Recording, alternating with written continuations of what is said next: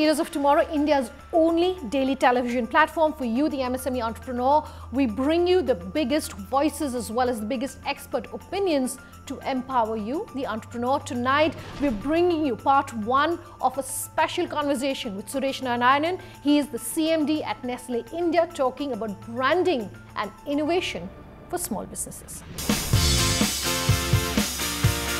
According to recent reports, India's packaged food market is poised for a five-fold increase over the next decade, touching $200 billion. There are opportunities galore in baby food, chocolates, biscuits, baked products and juices. A market leader in the packaged food segment, Nestle made inroads in the Indian market in 1906, with its products reaching 4.2 million outlets all across India. Nestle's products such as Maggi, Nescafe, Kit Kat, Munch, Milkmaid, Everyday are popular household names today.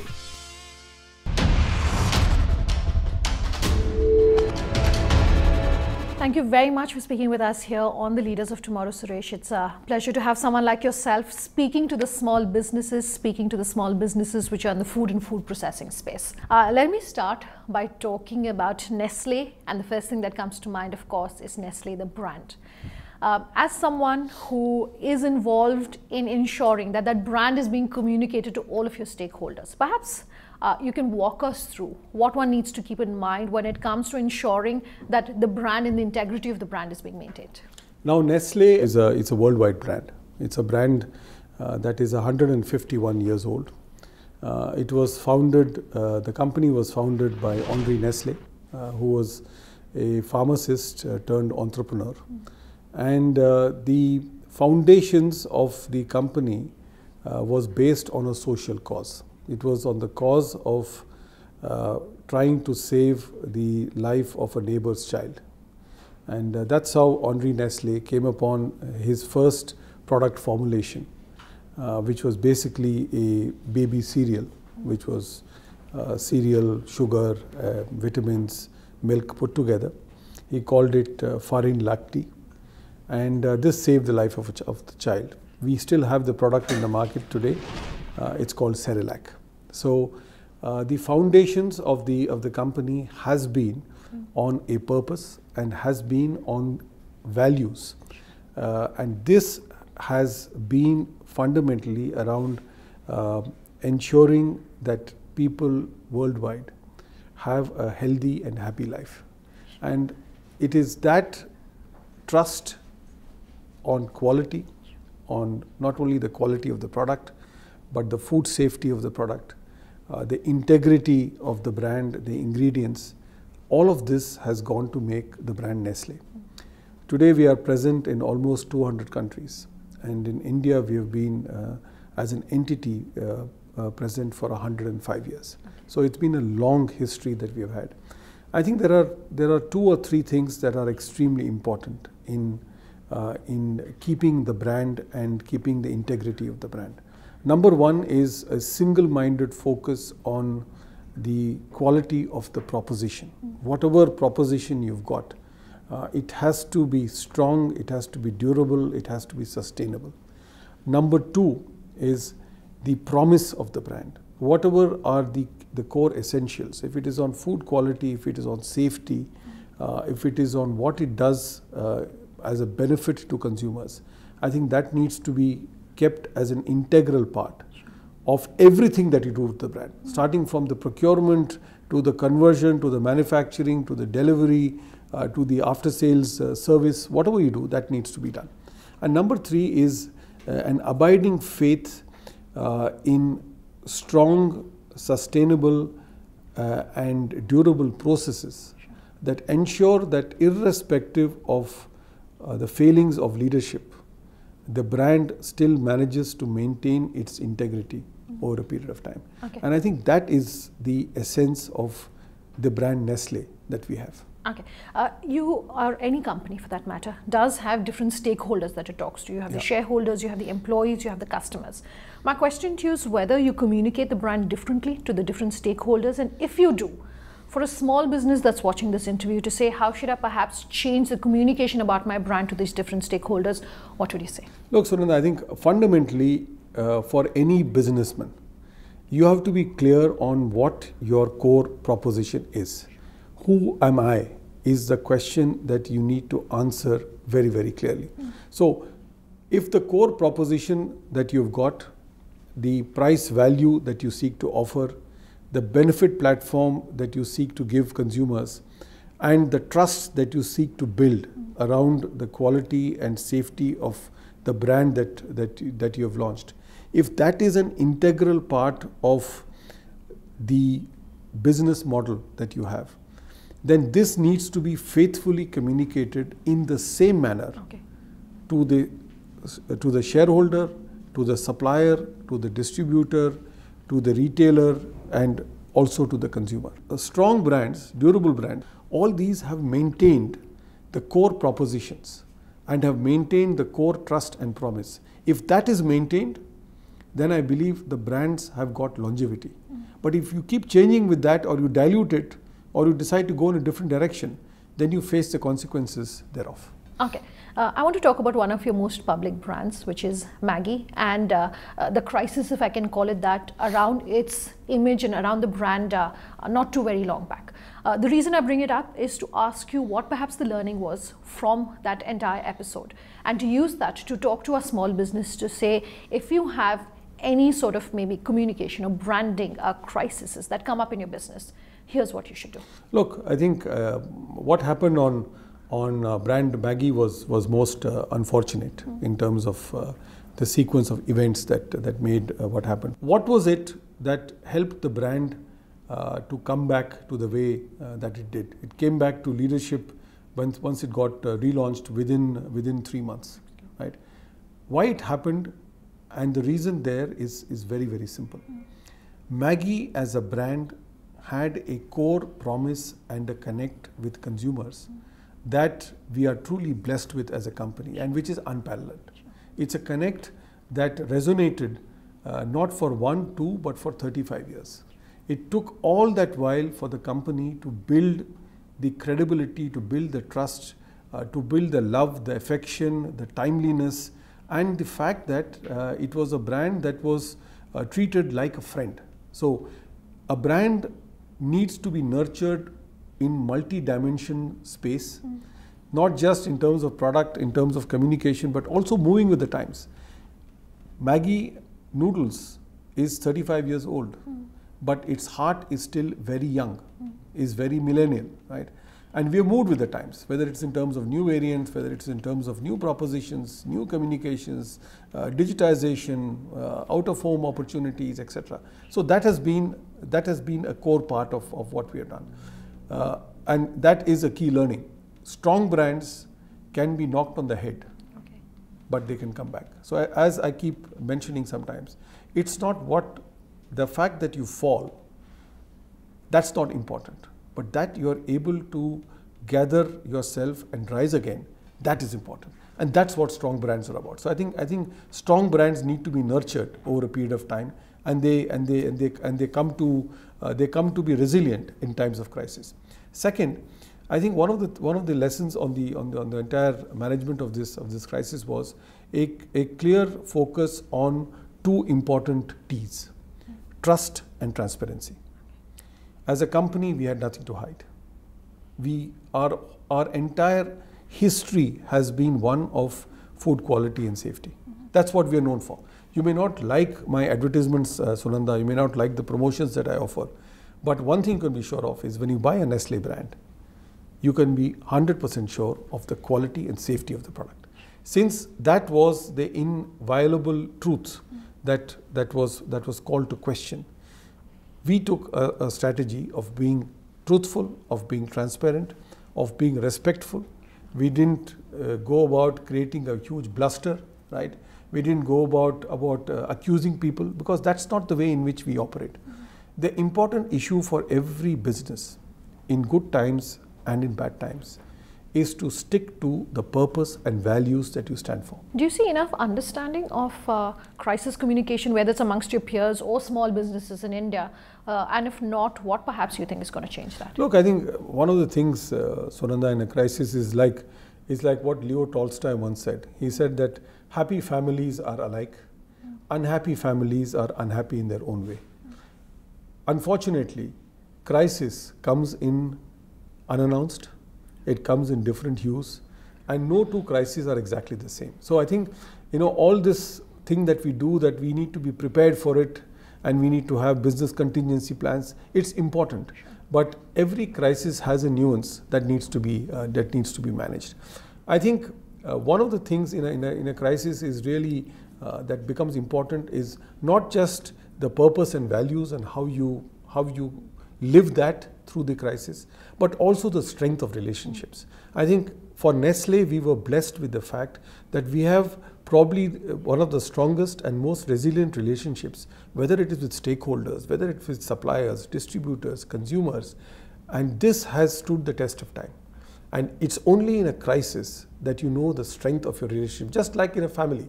It's only in difficult times that when the family members bond together, that you realize what a lovely family it is. In good times, everybody is happy. Sure. So I think these are aspects not of philosophy, but of practice. And I think this is where sometimes there is a deficiency, not of intellect, but of empathy. Suresh, I'm going to take a very quick break on that note, but don't go anywhere. We're going to continue bringing you this exclusive conversation with Nestle India, talking about branding, talking about innovation, as well as where the FMCG industry in India is heading. Do stay tuned. That's coming up after this very quick break.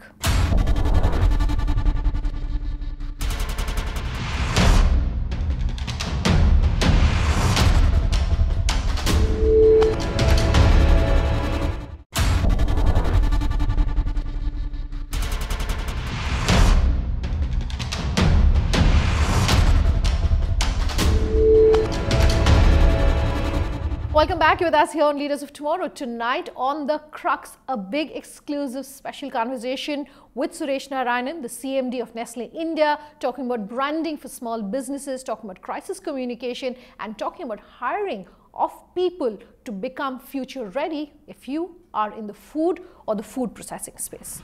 I want to move from talking about Nestle, the company, to talking about the industry. A short while earlier, you were talking about digital and digitization and how it's really sort of changing everything that's happening in your industry. My question to you is on the influx we're seeing as far as e-commerce is concerned. Sure. It's clearly changing the industry, it's changing the way business is being done. How are you viewing e-commerce? Is it an opportunity? Is it a challenge? And for a small business that's in the space saying, the game is just getting so much more difficult, it's getting so much more commoditized, what do you have to say? Look, I think clearly e-commerce has been the child of the internet revolution in this country. I mean, where we have today more than 400 million people who are on the internet, and almost 40% of them are accessing e-commerce sites. It is a millennial behavior, a consumer behavior that we have to appreciate and understand. So clearly, this is a trend that has come to bear in this country. It has come of age in India.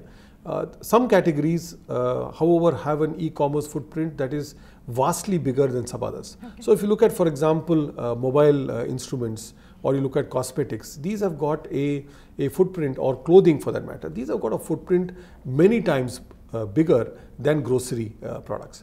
I think what is important for any entrepreneur to understand is that every channel has got a resonance, has got a meaning, and has got a purpose. So while people are attracted to the e-commerce space, if your business model suits the e-commerce platform, go for it. But if your platform is best suited with a traditional distributor or with an organized trade, then go for it. I think you must understand the core purpose of your business and tailor your route to market on that basis. Okay. E-commerce will play an important role and e-commerce will grow. I think for consumer good companies today, on average, it is anywhere between 1 to 3% of their business. This probably will expand significantly over a period of time.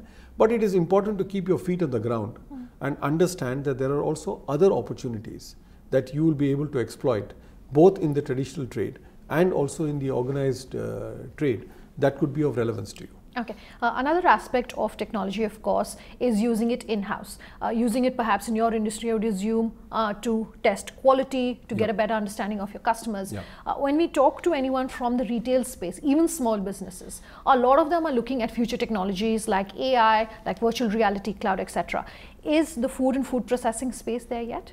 Look, I think one of the things is the whole productivity revolution that has taken place has now taken a new dimension, which is as is happening across the world. Technology, machine learning, artificial intelligence are all making the need for additional jobs almost a question mark. So clearly what's happening is that machine learning and artificial intelligence is taking over some of the routinized tasks that we have in the manufacturing value chain. Now that obviously is also happening in the food industry. It's happening across manufacturing industry. So some of the aspects clearly are in terms of robotization. This is of course manifest in different parts of the world differently. I mean, Korea probably, South Korea has one of the highest deployments of robots per 1,000 employees as compared to India, which is in the start of the journey. So clearly this is going to change the nature of jobs and the nature of employment that's going to happen. Blindly trying to put that into your value chain might actually be counterproductive. So it is a revolution that is here to stay. It is going to change the nature of jobs. I think as we say, the next industrial revolution is going to be creating economic growth and prosperity, but not necessarily jobs. And that's a reality that many businesses will have to face. Okay, you're talking about the correlation between technology and jobs. A very interesting point you raised. I'll come back to that, but I want to talk about another aspect of technology, and that's using technology to talk about your brand. In this age when every brand is building a presence for itself online, on social media, I want to ask you whether you're seeing any common mistakes when it comes to brand building that businesses are making online, and therefore tell businesses, small businesses, the people watching the show, to say, stay away from these. Look, I think, social media is here to stay. Now, I keep hearing about how millennials are moving platforms. You know, there was the platform of Facebook, and now there's Instagram, there is Twitter, there are different social media tools that are clearly available.